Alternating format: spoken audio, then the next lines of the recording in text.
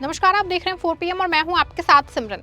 दोस्तों, अमेरिकी राष्ट्रपति डोनाल्ड ट्रंप और उनके प्रशासन की भपकी के बाद ईरान अब पूरी तरह पुष्पा मोड में आ गया है। ईरान ने साफ ऐलान कर दिया है कि चाहे कुछ भी हो जाए, झुकेगा नहीं। ईरान के इस तेवर से होर्मुज से लेकर व्हाइट हाउस तक खलबली मची है, जहां एक तरफ पर्दे के पीछे सुलह की कोशिशें हो रही हैं, दूसरी ओर जंग का एक नया मैदान तैयार होता दिख रहा है, जिसमें अमेरिका बिल्कुल अकेला खड़ा है, जबकि चीन खुल के ईरान के साथ आ गया है। लेकिन सबसे सनसनीखेज खबर है कि मुंबई से, जहां ईरान के कॉन्सुलेट जनरल ने सोशल मीडिया पे पर्शियन गल्फ से रेड बीच यानी कि घातक मिसाइल बोट्स के वीडियो अपलोड करके हड़कंप मचा दिया है। अभी तक जो दावा किया जा रहा था कि ट्रंप होर्मुज का रास्ता रोक देंगे, उस दावे को लेकर अमेरिकी सेना को जोरदार झटका लगा है। एक और पर्शियन गल्फ में ईरानी मिसाइल बोट्स की तैनाती से खलबली है, दूसरी ओर चीन अपने व्यापारिक रास्तों की नाकेबंदी को लेकर बुरी तरह भड़क उठा है। आज के इस विशेष रिपोर्ट में हम आपको बताएंगे कैसे ट्रंप की नाकेबंदी में चीन आग बबूला है और कैसे जेडी वेंस को इकोनॉमिक टेररिज्म का डर सता रहा है।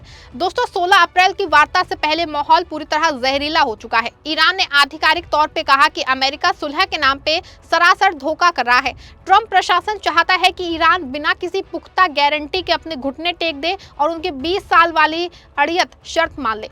ईरान का कहना है कि ट्रंप की मंशा शांति की नहीं बल्कि डिप्लोमेटिक डिक्टेटरशिप की है। वो मेज पे बैठ के बात नहीं करना चाहते, बल्कि ईरान की गर्दन पे तलवार रख के अपनी शर्तें मनवाना चाहते हैं। ईरान के सुप्रीम लीडर के भारत में प्रतिनिधि अब्दुल मजीद हकीम इलाही ने अमेरिका पे गंभीर आरोप लगाया है कि वो बातचीत नहीं बल्कि अपनी शर्तें थोपना चाहता है। अयोध्या में आयोजित याद-ए-शोहदा कार्यक्रम के दौरान उन्होंने कहा कि अमेरिका का रुख शुरुआत से ही संदिग्ध रहा है। इलाही में होर्मुज को लेके अमेरिकी स्टैंड को विरोधाभासी बताया। उन्होंने कहा कि एक तरफ अमेरिका इसे खुला रखने की बात करता है, दूसरी तरफ खुद नाकेबंदी जैसी स्थिति पैदा कर रहा है। दावा किया जा रहा है कि बेंजामिन नेतन्याहू के इशारे पे ट्रंप ने समझौते को ऐसा मजाक बना दिया है कि जिस दुनिया का कोई भी खुददार मुल्क कभी स्वीकार नहीं करेगा। ईरान ने 2 टूक कह दिया है कि अगर अमेरिका की यही धौस रही तो बातचीत के दरवाजे हमेशा के लिए बंद समझे जाएं। हालांकि दूसरी ओर पूरी दुनिया में होर्मुज को लेकर सोशल मीडिया पे की गई एक पोस्ट से जबरदस्त हड़कंप मचा है। अभी तक ट्रंप जो दावा कर रहे थे कि वो ईरान के समुद्र का रास्ता रोक देंगे, उसमें उन्हें करारा झटका लगा है। मुंबई स्थित ईरान के कॉन्सुलेट जनरल ने एक्स ट्विटर पे एक वीडियो साझा किया है, जिसमें पर्शियन गल्फ में ईरान की मुकम्मल सैन्य ताकत का मुजाहिरा किया गया है। ईरान ने रेड बीच मिसाइल बोट्स की वीडियो जारी करते हुए लिखा कि जो दुनिया अभी देख रही है कि वो महज एक ट्रेलर है, असली पिक्चर अभी बाकी है। दोस्तों, आपको बता दूं कि वीडियो में जो दिखाई दे रहा है वो छोटी लेकिन बेहद मारक मिसाइल बोट्स हैं, जो समुद्र में मधुमक्खियों की तरह हमला करती हैं। इनकी रफ्तार और इनकी तबाही मचाने की कुव्वत अमेरिकी नौसेना के भारी भरकम जहाजों के लिए काल साबित हो सकती है। दोस्तों, ये ट्रंप के नेतन्याहू के लिए सीधा पैगाम है कि अगर उन्होंने होर्मुज में रास्ता रोकने की हिमाकत की तो पर्शियन गल्फ अमेरिकी फौज का कब्रिस्तान बन जाएगा। ईरान का ये तेवर साफ बताता है कि वो अब डिफेंसिव नहीं बल्कि ऑफेंसिव मोड में आ चुका है। बता दो आपको, इधर ईरान ललकार रहा है, उधर दुनिया की दूसरी महाशक्ति चीन ने ट्रंप को अल्टीमेटम दे दिया है। अमेरिकी नौसेना ने जो ईरानी बंदरगाहों की नाकेबंदी करने की कोशिश की है, चीन ने उसे खतरनाक और गैर जिम्मेदाराना करार दिया है। बीजिंग साफ कहना है कि ट्रंप की ये हरकत अंतर्राष्ट्रीय कानूनों के धज्जे उड़ाने जैसी है।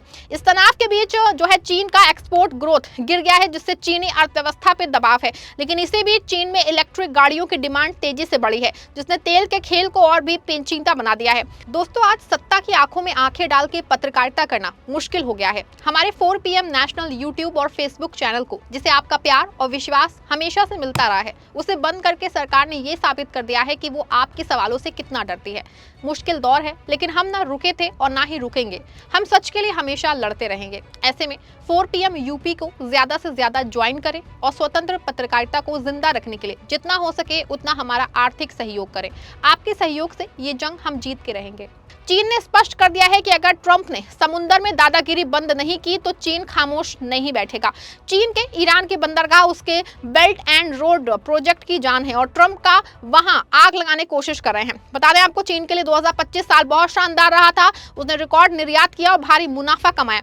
इसी वजह से उम्मीद थी कि 2026 में भी उसकी अर्थव्यवस्था तेजी से आगे बढ़ेगी, लेकिन अब हालात बदलते नजर आ रहे हैं। मार्च महीने के आंकड़े बताते हैं कि चीन का निर्यात सिर्फ 2.5% बढ़ा, जबकि उम्मीद इससे कहीं ज्यादा यानी कि 8% की थी। इसका बड़ा कारण जो है ईरान युद्ध को माना जा रहा है। खासकर मिडिल ईस्ट में शिपिंग यानी कि माल ढुलाई में दिक्कतें आई हैं, जिससे सामान जो है सामान्य समय पे वो पहुंच ही नहीं पा रहा है। हालांकि चीन में इलेक्ट्रिक और हाइब्रिड गाड़ियों का निर्यात मार्च से दोगुना हो गया है और नया रिकॉर्ड बन गया है।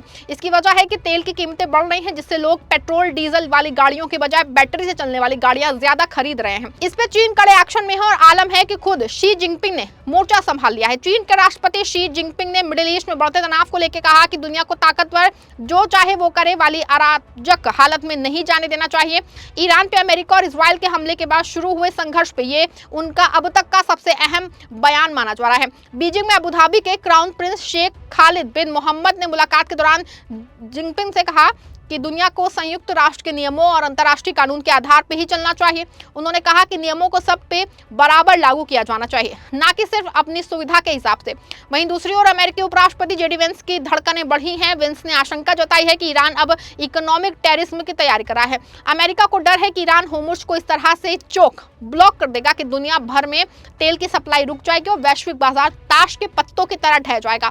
लेकिन वेंस शायद ये भूल रहे हैं कि असली आर्थिक आतंकवाद तो अमेरिका कर रहा है, जिसने सालों से ईरान पे जालिम पाबंदियां लगा रखी हैं। ईरान के राष्ट्रपति ने साफ कह दिया है कि ईरानी आवाम ने दुश्मन के तमाम नापाक मंसूबों को मिट्टी में मिला दिया है। ईरानी राष्ट्रपति मसूद पेजेश्कियान ने कहा है कि नेशनल रेजिस्टेंस की वजह से देश को गिराने की विदेश जो है साजिशें नाकाम हो गई। उन्होंने कहा कि अगर उन पर थोपी हुई जंग को ईरानी जनता ने फेल कर दिया।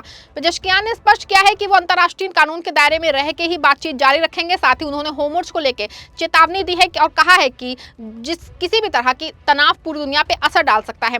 राष्ट्रपति ने यह भी संकेत दिया है कि अगर अमेरिका अपनी दबाव वाली नीति छोड़ता है तो ईरानी जनता के अधिकारों का सम्मान करना है तो समझौते का रास्ता निकल सकता है।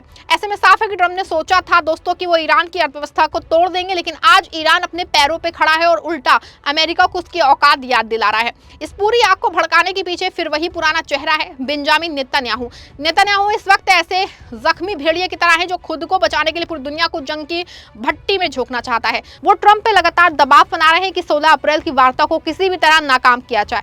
जेडी वेंस अब गेंद ईरान के पाले में डालने का दावा कर रहे हैं, लेकिन हकीकत है कि गेंद हमेशा से अमेरिका के पाले में ही है और उसे अपने अहंकार से लात मार दी है ट्रंप ने। साफ है कि ईरान अब पीछे हटने वाला नहीं है और मुकम्मल तौर पे पुष्पा मोड ऑन हो चुका है।